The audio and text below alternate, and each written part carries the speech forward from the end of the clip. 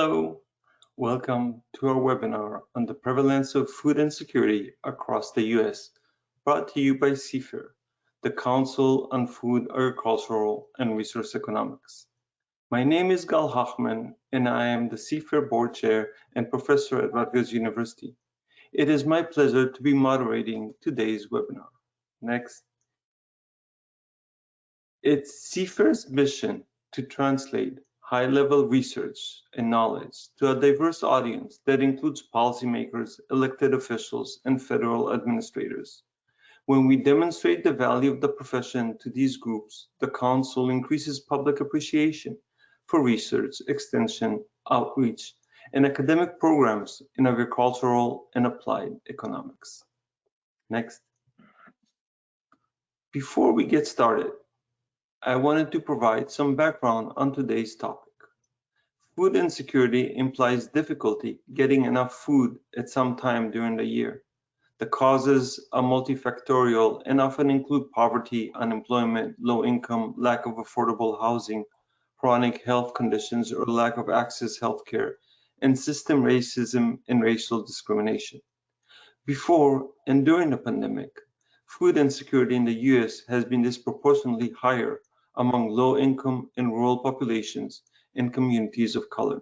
However, due to the COVID-19 pandemic and associated economic ramifications, in 2021, food insecurity initially jumped to the highest level in decades, affecting over 20% of Americans, approximately 1 in 4 households. According to a 2021 USDA Economic Research Service report, 10.2% or 13.5 million American households are food insecure. In addition, more than half, about 56% of food insecure households reported that in previous month they participated in one or more of the 3 most extensive federal nutrition assistance programs: the Supplemental Nutrition Assistance Program, SNAP, the Special Supplemental Nutritional Program for Women, Infants, and Children, WIC, or the National School Lunch Program. This webinar will feature distinguished panelists speaking about how public policy can help tackle food and nutrition insecurity. Next. CFIR has assembled a panel of 2 experts to discuss their work, starting with Norbert Wilson. Norbert Wilson is a professor of food economics and community at the Duke Divinity School and the Sanford School of Public Policy at Duke University. He is the president of the Agricultural and Applied Economics Association, AAEA. Norbert's research touches on several food issues such as access, choice, and food waste. Next. Dr. Sarah Blech is a Director of Nutrition Security and Health Equity in the Food and Nutrition Service at the U.S. Department of Agriculture, USDA, after serving as the Senior Advisor for COVID-19 in the Office of the Secretary at USDA in 2021. She is a policy expert and researcher who specializes in diet-related diseases, food insecurity, and racial inequality with more than 175 peer-reviewed publications.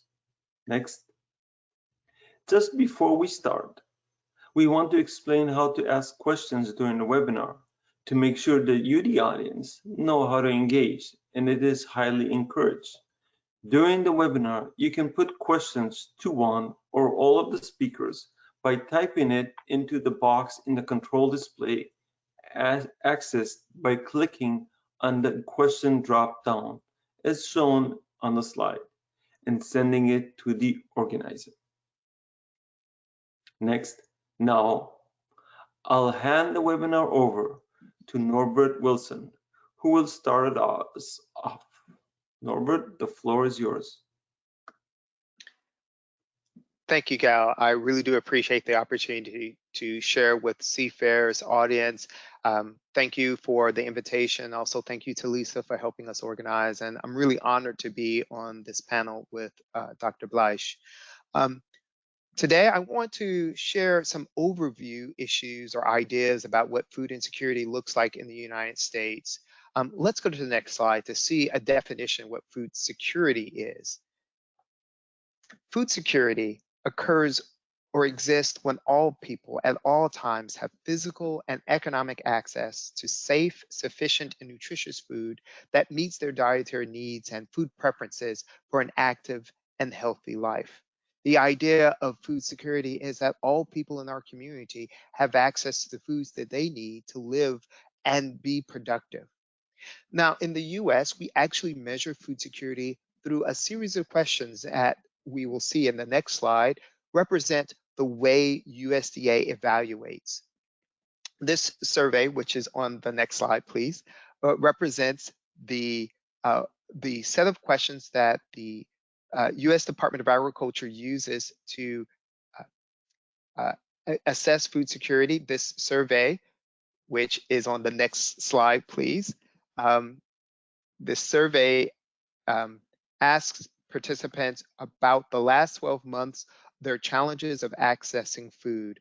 The questions begin with concerns about worry and then move to more progressive concerns. So the first question says, we worried whether our food would run out before we got money to buy more. And the questions get progressively more difficult, but at the center of all of those questions is this ability to purchase food for the family. If we would go to the next slide, you would see that the questions increase in severity in terms of uh, did families have difficulty in terms of did they lose weight, or did they even miss whole days without accessing food? Let's go to the next slide. Now, our concern about food security is one, in and of itself, it is a challenge. No one wants to think of individuals not accessing food. However, there has been a substantial body of research that shows that food insecurity is often related to a number of other health and social challenges. If we would click to the next set of points, we would see that food insecurity is often associated with additional healthcare costs, asthma in children, depression, diabetes, limited activity of seniors, obesity, and overall negative health outcomes for families and households that experience food insecurity. Let's go to the next slide.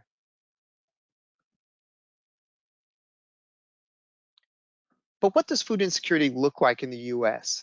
So as I mentioned before, the US Department of Agriculture evaluates food insecurity every December, and the results are presented typically in the fall of the following year.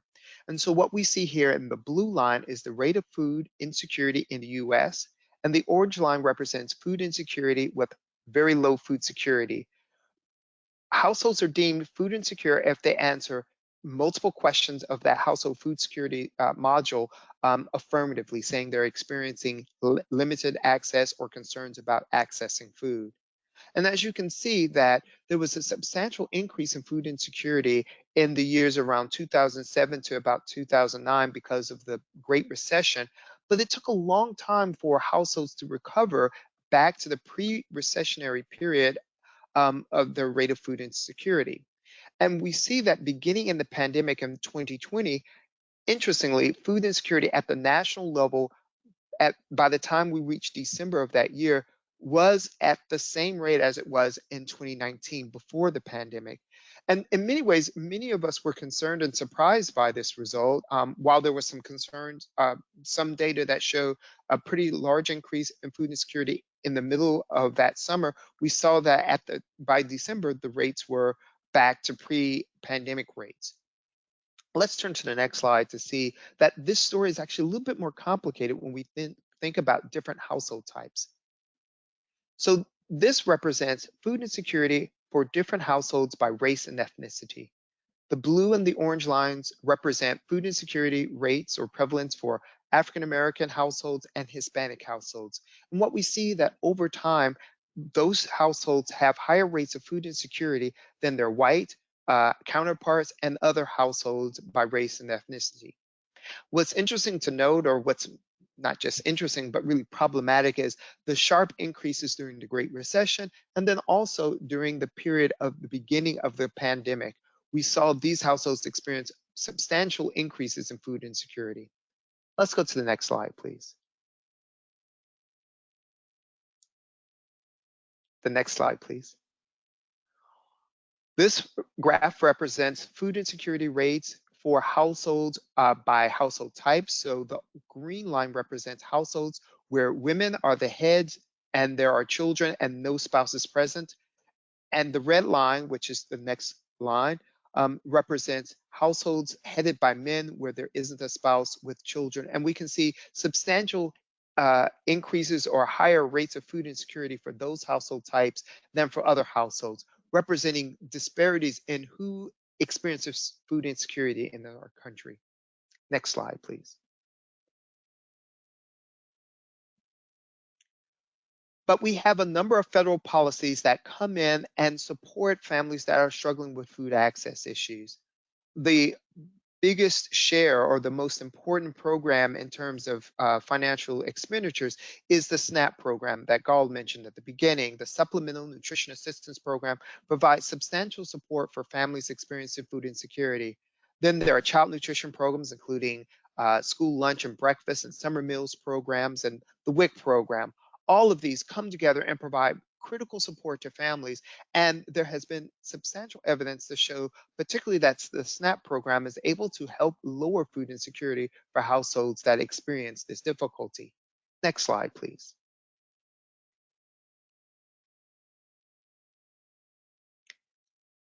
While it is important to understand the centrality of the SNAP program in reducing food insecurity, it is important to understand that food insecurity is about food, but it's really about limited access to financial resources. Next points, please. There is a substantial body of evidence over the years that show that SNAP causally reduces food insecurity for households that are experiencing food access challenges. The next points, please.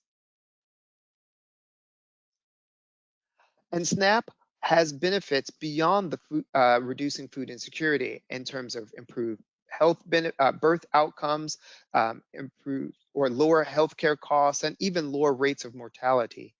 Next points, please.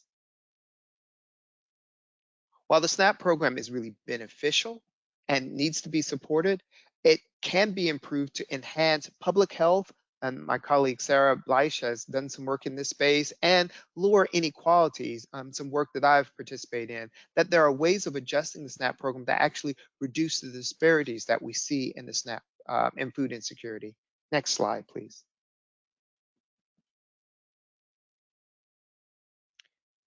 While it is critical to do rich and robust statistical analysis of food insecurity in this country and to understand how policies and programs can help mitigate food insecurity, it is really important to understand and listen to families and individuals who experience food insecurity. I've had the great opportunity to work with colleagues and to listen to individuals who are experiencing food insecurity to understand how they navigate this complex landscape. And so, in some of the work I've done with my colleague at Tufts, Sarah Folta, we've interviewed clients and participants of the charitable food sector to understand how they navigate the food system. And one of the challenges, while SNAP is important, we understand that it is also challenging for families that are experiencing unstable or variable hours at work. And so the respondents that we talked to talked about the challenge of moving in and out of SNAP eligibility. And because their budgets aren't fixed, they really needed to make adjustments in the way they acquired food. Let's look at what this one participant said. Can we have our quote, please? Next slide. Yes, here we go. So this participant said, I do remember using my SNAP benefits as she was talking to us about her experience because I received them back again because, like I said, my job is slow right now. So I was able to apply for SNAP benefits and they gave them to me. They gave me almost a full amount, almost like something 118, I think, which is helpful. Let's go to the next slide to see another way that we address food insecurity in our country. Next slide. The charitable food sector is a critical part of helping people meet their food needs. Now, it is important to understand that less than 10% of US households, according to USDA, actually use or access the charitable food sector, and that includes soup kitchens or congregate meal sites, food pantries, or other programs. But for food insecure and households that are with very low food insecurity, we see between 30 to nearly 50% of those households in 2020 and 2019 actually use the charitable food sector to support their families. Let's go to the next slide. And it is important to understand that this sector provides important support to families in need. Let's go to the next set of points. Pantries can provide nearly a quarter of foods acquired by households by some colleagues. Lin Fan has found in some of her research. Let's go to the next points. These pantries provide needed support to families when SNAP benefits run out, as the SNAP benefit cycle, according to Park Wilde, has shown, and then when those SNAP benefits are uncertain. Let's go to the next slide. There are some important roles that the charitable food sector provides, but there are some ways that we can improve it. And there have been some questions about what the charitable food sector, its role in our society, and ways to improve it. And folks like Katie Martin have done some really important work about how to improve the work of the charitable food sector. Let's move to the next slide, please. The charitable food sector, when we listen to individuals who benefit from this, we discovered that it played an important role, especially during the COVID-19 pandemic. And if we look at the next quote, if you would move to the quote, please, we can see how a series of families have benefited from the broader charitable food sector, the food banks and pantries that provide that support. But then there were also innovative ways that community members, through things called micro pantries, little small boxes that provided support to folks. And I did some of this research with my colleagues at Tufts.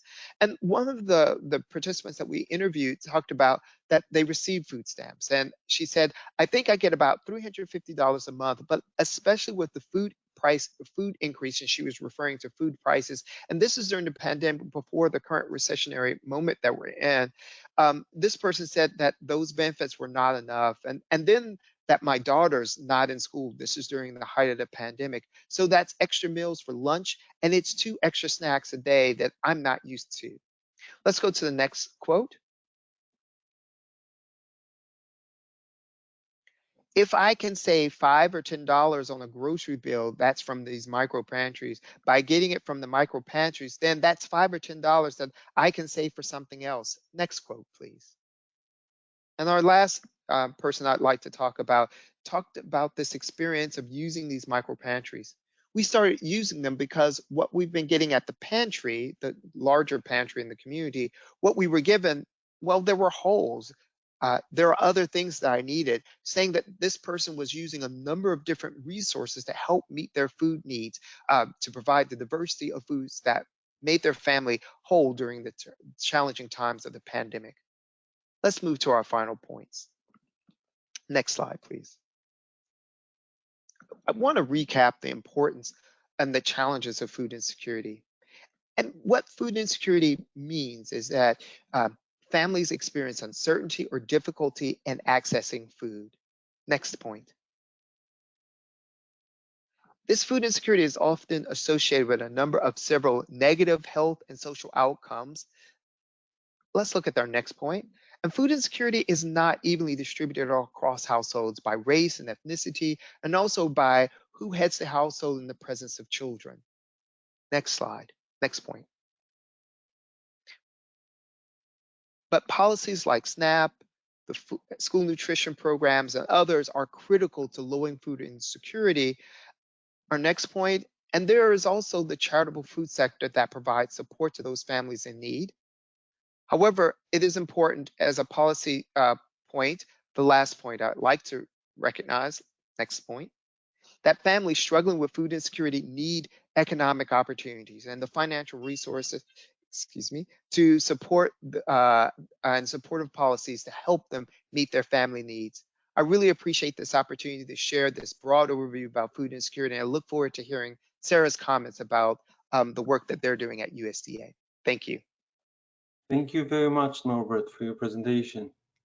I just want to remind everyone to send questions to the organizer, questions that we will use after Sarah's presentation to interact and learn even further.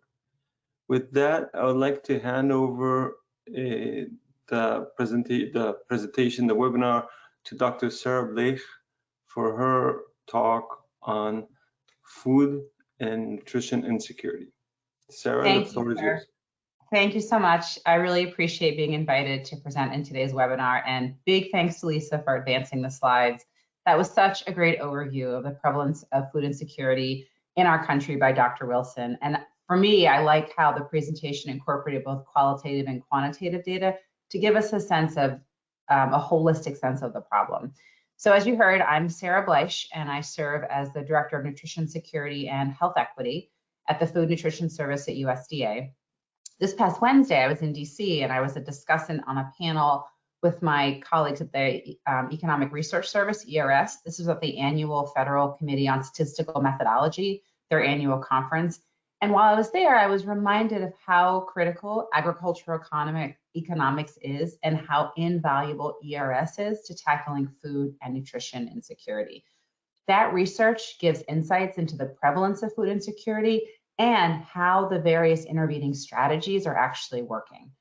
In the next 15 minutes or so, I want to focus on the recent White House Conference on Hunger, Nutrition, and Health and highlight some of the key actions in the national strategy relevant to how USDA is working to prioritize nutrition security.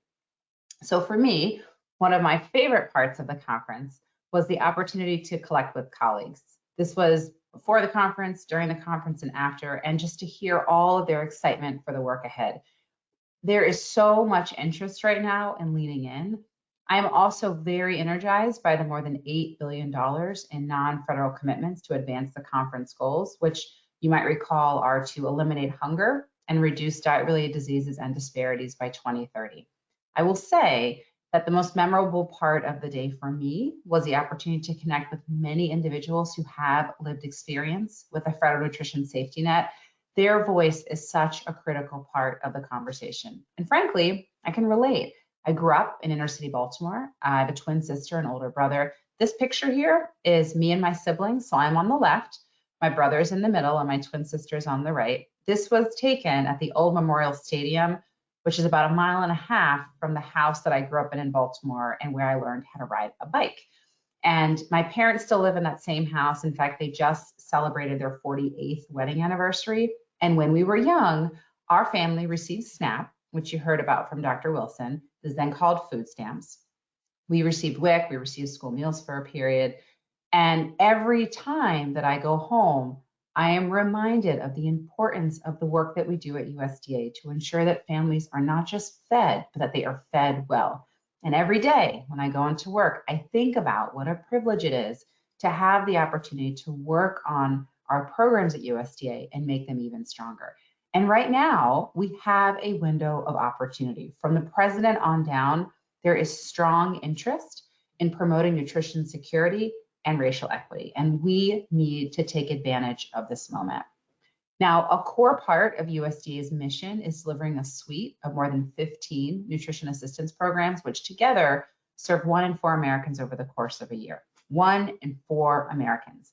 Now, these programs aim to provide children and income-eligible individuals with access to safe, nutritious, and equitable food, along with nutrition education and promotion resources that promote healthy eating. And these programs reach tens of millions of Americans. So that includes more than 41 million Americans through SNAP, more than 30 million children each day through the school lunch and breakfast programs, nearly half of all infants in the US through WIC, and this is at about 99,000 schools and 250,000 retailers. And in addition to the nutrition assistance programs, we also invest more than $1 billion per year on nutrition education and promotion efforts across all of our programs. Another key thing we do at USDA is we translate the dietary guidelines for Americans through My Plate and by a broader investment in research and food systems. I do want to highlight that a key motivation for our nutrition security work at USDA, which means consistent and equitable access to healthy, safe, and affordable food essential to optimal health and well-being, are twofold. So the first motivation is really prioritizing equity. The second is the recognition of structural inequities that frankly make it hard for many people to eat healthy and to be physically active. So we must acknowledge that the environments in which people live in often include structural racism. Now, at USDA, we are not naive enough to think that we can solve the problem of structural racism, but we are honest enough to recognize that structural racism harms health. And it does that in ways that can be described and measured and dismantled. So we hope that our nutrition security work at USDA and our efforts to advance the goals of the White House Conference can make a difference in this area. And all of you can help. One of the most important lessons I have learned while working in federal service is the critical role of stakeholders in helping USDA fulfill its mission and utilize all of our equities to the best of our abilities. So before diving into how you can be helpful, I do want to foot stomp on some of the critical messages from the White House Conference, and there are three. The first is that tens of millions of Americans experience hunger and diet-related diseases such as type 2 diabetes, obesity, hypertension, and some cancers. The second is that both hunger and diet-related diseases have significant and far-reaching negative impacts on individuals. You heard a bit about this already, and this is particularly true in historically underserved communities. And the third message is that hunger and diet-related diseases are almost entirely preventable. And we have a lot of effective tools to address these problems, but it will take a whole of country approach to meet the conference goals. Now, the national strategy that was released the day before the White House Conference includes input from more than 20 federal agencies and thousands of diverse voices around the country. I suspect some of you. The strategy is meant to set us on an ambitious and achievable path to, again, get to those conference goals, ending hunger and reducing diet-related diseases and disparities by 2030. What you can see here is that the national strategy is anchored by 5 pillars. And I want to quickly run through some key examples for each, and do encourage you to read the entire strategy if you have not already. So pillar 1, which is improving food access and affordability, aims to end hunger by making it easier for everyone to access and afford food. The president is committed to pushing Congress to taking several steps that will improve the overall economic well-being of the American people, like extending the expanded child tax credit and raising the minimum wage. This work is critical because families who are economically secure are not forced into impossible decisions about, do I pay my bills or do I buy food? This administration will also advance a pathway to healthy school meals for all. Now, in the national strategy, USDA has dozens of actions. Our number one priority is healthy school meals for all. And let me say a few words about why. Elevating school meals is a key strategy to improve our nation's health, and it would benefit all children. It would also significantly strengthen the school meal programs for those children who rely upon it most. As we already talked about, every day, the National School Lunch and Breakfast Program provide more than 30 million children with critical nourishment. This not only improves kids' nutrition, but it has also been shown to improve academic performance.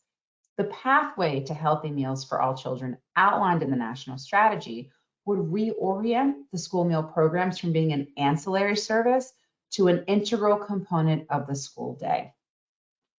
And the Biden-Harris administration will take a first major step toward this goal by working with Congress to expand access to healthy free school meals for 9 million more children by 2032. Now, if we go to the next slide, that's pillar 2, focused on integrating nutrition and health. This pillar aims to prioritize the role of nutrition and food security in overall health and ensure that our healthcare system addresses the nutrition needs of all people. Essentially, the Biden-Harris administration recognizes that we need a healthcare system that not only prevents disease, that not only treats disease, but prevents it from happening in the first place. So the national strategy supports creating a pilot to test coverage of medically tailored meals in Medicare. These food is medicine interventions, including medically tailored meals, have been shown to effectively treat or prevent diet-related diseases and reduce food insecurity. The national strategy also supports expanding access to nutrition and obesity counseling in Medicare and Medicaid, so people can get the guidance that they need to stay healthy. Now, if we go to the next slide, you'll see that to directly advance this pillar, USDA recently hosted a summit this past Tuesday focused on how the healthcare sector can lift up nutrition security. So we had more than 200 healthcare, federal, and community leaders that came together to think about how do we ensure that all Americans have the resources necessary to eat nutritious foods that support good health. And at the summit, folks shared best practices, lessons learned, and identified concrete ways to lead in. Separate and apart from that summit, we are also doing other activities to advance this pillar. So for example, we're doing work to support a more diverse WIC workforce by applying diversity, equity, inclusion, and accessibility principles as we think about moving the WIC workforce forward. In this next slide, Pillar 3, which is focused on empowering consumers to make and have access to healthy choices, the goal here is to really think about how do you increase access to healthy food? How do you encourage healthy workplace and school policies and invest in public education campaigns that are culturally appropriate and resonate with specific communities? So the Biden-Harris administration is committed to working with Congress to increase the reach and impact of incentives for fruits and vegetables in SNAP. Pilots have shown that creating incentives in SNAP to support purchasing of more fruits and vegetables have been an effective way for people to eat healthier foods. And then we're working on a whole lot of other stuff at USDA, which also falls under this pillar. So we're updating the WIC food package to better align with the most recent dietary guidelines for Americans.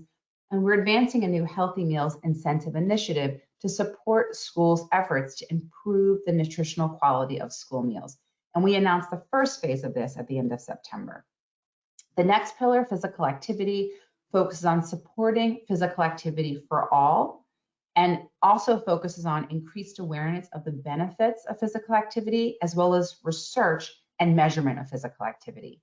One key action I'll highlight is the administration's commitment to working with Congress to expand the CDC's physical activity and nutrition programs to all states and territories to implement successful state and community level policies for physical activity. And at USDA, we are working to enhance online physical activity resources in SNAP education, which is a part of the SNAP program and has broad reach across the country. The last pillar for the White House Conference is enhancing nutrition and food security research. It aims to improve metrics, data collection, and research to inform nutrition and food security policy, particularly on issues of equity, access, and disparities. I am a researcher at heart. I greatly appreciate the administration's recognition that we have to have sound science to inform effective policies. Now, in the national strategy, the administration is committed to bolstering nutrition research funding to ensure we have resources to effectively conduct consistent and innovative nutrition research. The administration will also implement a coordinated federal vision for advancing nutrition science. Now, in the weeks and months and years ahead, the White House and all of us at USDA look forward to working within and outside of government to ensure successful implementation of the national strategy. This work is important and it matters right now. We know families are struggling with higher food prices when they go to the grocery store. Do want to flag that several of our nutrition assistance programs at USDA are designed to respond to inflation. So for example, at the start of this new fiscal year, the SNAP benefit increased by about 12.5%, which is one of the largest inflationary increases in the history of the program. That is on top of the increase in October 2021 for the reevaluation of the Thrifty Food Plan, which is the thing that forms the basis of the SNAP benefit. That reevaluation increased the purchasing power of SNAP benefits by 21% or $36 per person per month. It was a game changer and is putting healthy food within reach. Now, what this means practically is that this fiscal year, A family of 4 that qualifies for the maximum SNAP payment will receive $939 per month. Now, if we go to the next slide, what you'll see is that we at USDA released a highlights report after the White House conference to talk about how we aim to leverage the momentum of the conference to promote and elevate nutrition security. The report explains who we are, who we serve, and it highlights a lot of the key work that we have underway. Now, let me just say on this next slide, let me just very quickly preview that we have so many things in the pipeline. Now, all the things listed here are included in the report, but we have many other things besides these. I'll just flag that one thing to lift up on this slide is that we're initiating the next edition of the Dietary Guidelines for Americans with the announcement of the 2025 Dietary Guidelines Advisory Committee in early 2023. And when you put all this together, so that what you see on the slide and everything else happening at the Food Nutrition Service at USDA, we expect these actions to improve nutrition security for tens of millions of Americans. Now, I would not be doing my job if I did not leave some asks on the table. So I really encourage you all to think about how you can step up and lean in. Even if you think it's a small step, it can all cumulatively make a meaningful difference. And there are 4 areas where I think you should consider trying to lean in and you could be very useful. The first is helping us to ensure that all those who are eligible for nutrition assistance programs participate. Our own data at USDA indicate that nearly 1 in 5 eligible for SNAP went unserved in an average month in 2019. Now, most of the benefits are redeemed, so this is mostly people with small benefit amounts, but it's still money left on the table that could help people who are eligible for the SNAP program. We know that only about 1 in 2 eligible for WIC participate. We are leaning in on this area with funds provided through the American Rescue Plan of 2021, and we're trying to make significant improvements to foster more WIC participation, but we cannot do this alone. And then our data also show that only a fraction of the kids who participate in the school lunch program during the year also participate in summer meals. So ask number 1 is help encourage participation in the federal nutrition safety net. Ask number 2 is help spread the word about something called the SNAP Retailer Incentive Waiver. This allows SNAP authorized stores, again, they're about 250,000, to come to the Food Nutrition Service and get approval to offer incentives to encourage SNAP participants to purchase healthier food items consistent with the dietary guidelines for Americans. So think fruits, vegetables, low-fat dairy, whole grains. And the waiver from where we sit is one of the easiest and most impactful ways for SNAP authorized retailers to make big commitments that can promote healthier purchases among SNAP participants. If you look at the list of commitments for the White House conference, you'll see that Meijer, a Midwest supercenter chain, was recognized for using this incentive waiver. And essentially, they're going to be offering their SNAP customers discounts on qualifying fruits and vegetables this fall at 499 of their brick and mortar locations. If you all have questions about this process, please reach out to me and I can connect you with the right people. Number 3 is help us get the word out. We create a lot of materials at USDA and we have many, many more in the works. You all are trusted messengers in your community and can help us go that final mile to ensure that we reach the people that we are trying to serve. And so encourage you as it makes sense in the various parts of your lives to help push out the word about the programs. And my 4th ask is that you keep us posted on your work, both the areas of success and the pain points. This information is very useful for conversations at USDA and is helpful to share as we travel across the country. So let me wrap up on this last slide with a heartfelt thank you to all of you for all the work leading up to this moment and all that is to come. As I mentioned at the top, I directly benefited from a number of the nutrition assistance programs that we've been talking about.